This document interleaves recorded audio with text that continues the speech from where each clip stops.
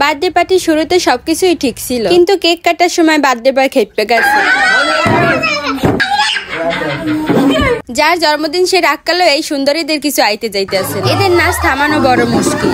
দাঁড়াও, শুরুতেই তোমাদের একটা সুন্দর দোকানে নিয়ে যাই। ইদানিং আমি নতুন বাজারের কেকের ফ্যান হয়ে গেছি। ছোট বড় যে কেকই লাগুক না, খাইয়ে পড়ি বরিশাল নতুন বাজার। আসল কথা হচ্ছে এই জায়গার কেক খালি একবার না কয়েকবারই খাই, অনেক মজা পাইছি। এই কারণে এইখান দিয়েই বেশি কেক নেওয়া পড়ে। এটা কিন্তু একটা লাচ্ছি এন্ড কফি, কিন্তু ভিতরে গেলে মনে হয় একটা সুপার শপ। কেক থেকে শুরু করে সবকিছুই পাওয়া যায়, মানে কোনো অনুষ্ঠানে ডেকোরেশন করার জন্য যাবতীয় যা লাগে তা সবই পাওয়া যায়। সাথে কোনো গিফট লাগলে এই একই দোকান দিয়ে নেওয়া যায়। এই জিনিসটা আমার ভালো লাগছে যে অনুষ্ঠানের লেগে আলাদা আলাদা দোকান যায় কিছু কিনতে হবে না, সব একই জায়গায় দিয়ে পাইতেছে। তো এইখানে নিজের মনের মতো করে অর্ডার দিয়ে কেক বানাই নেওয়া যায়, 20-30 মিনিটের মধ্যেই বানাই দেয়। আমরাও কেক একটা বানাইতে দিয়ে বার্থডে বার লেগে গিফট কিনতে আসি। গিফট নাকি লাগবেই, তাও সবের আলাদা আলাদা গিফট দিতে হইবে। ছোট মানুষ আসলে গিফট পেলে একটু বেশি খুশি হয়।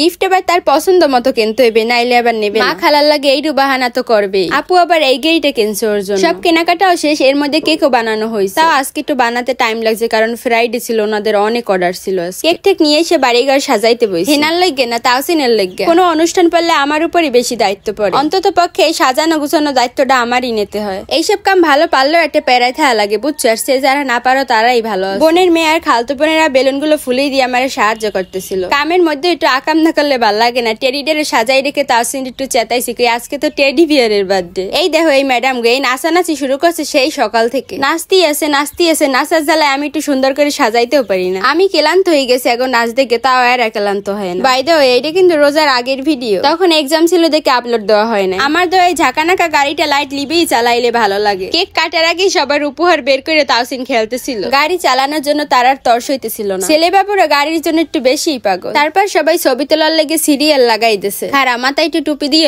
এই টুপি দিতে আমার ভালোই লাগে। যেই বাড্ডি যে এই গুড়োগাড়া টুপিটা আমি একটু পরবো। এখন এই কিউট কিউট সুন্দরী সুন্দরী ম্যামদের সাথে একটু ছবি তুলি। এই দুজন হয়েছে আমার খালতো বোন। আমার কিউট কিউট খালতো বোনের অভাব নাই। যার বার্থডে সেই একটা ছবি তুলতেও রাজি না, সে আছে কখন কেক কাটতে খাইবে সেই দান দেয়। সবাই এত ছবি তোলে দেখে সে আরো খুব বিরক্ত। এখন মোমে ফু দিয়ে কেকটা কাটবে জলদি, তখনই ঘটে গেছে একটা অঘটন।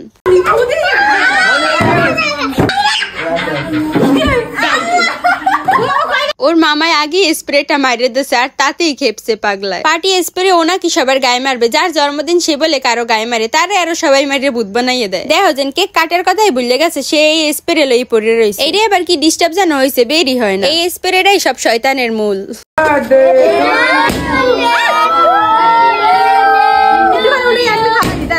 দেখো যেন বেলুন গুলো ফাটাই আরো চেতায়। আজকে বার্থডে বার মাথা পুরো 440 ডিগ্রি। একটু কেক খাওয়াই দিছি মাথা ঠান্ডা হওয়ার লিগা। আর সবাই আমি একটু জোর করে ওর হাত দিয়ে খাওয়াই দিছি। তাই আর কেউ খাওয়াই দিতে পার না, আগে নিজে খাইয়া লই। ছোট মানুষ তো ছোট মানুষই, বুঝুই তো। এই যে সেই স্প্রে যেটালে অনেক গন্ডগোল লাগিয়ে গেছিল, এখন এই মন মতো সবাই স্প্রে করে দিতে আছে। নিজেরে দিলেই দোষ হইতে হয়। ছোট্ট বেড়া মানুষের রুলস না মান্য উপায় নাই। আমারে পুরো ভূত বানাই দিছে। আর খালতো ভাই আবার সবটির এই ক্রিম লাগাই ভূত করছে। সব কাজিন একলা গেলে আসলে অনেক মজা। এই একজনের দেখো তাড়াতাড়ি দৌড় মারছে ক্যামেরা দেখে। এই লোকের কাম এইডি, আমি আবার ওরে মাইকে দিছি। এনারা আবার নাচা শুরু করে দিছে।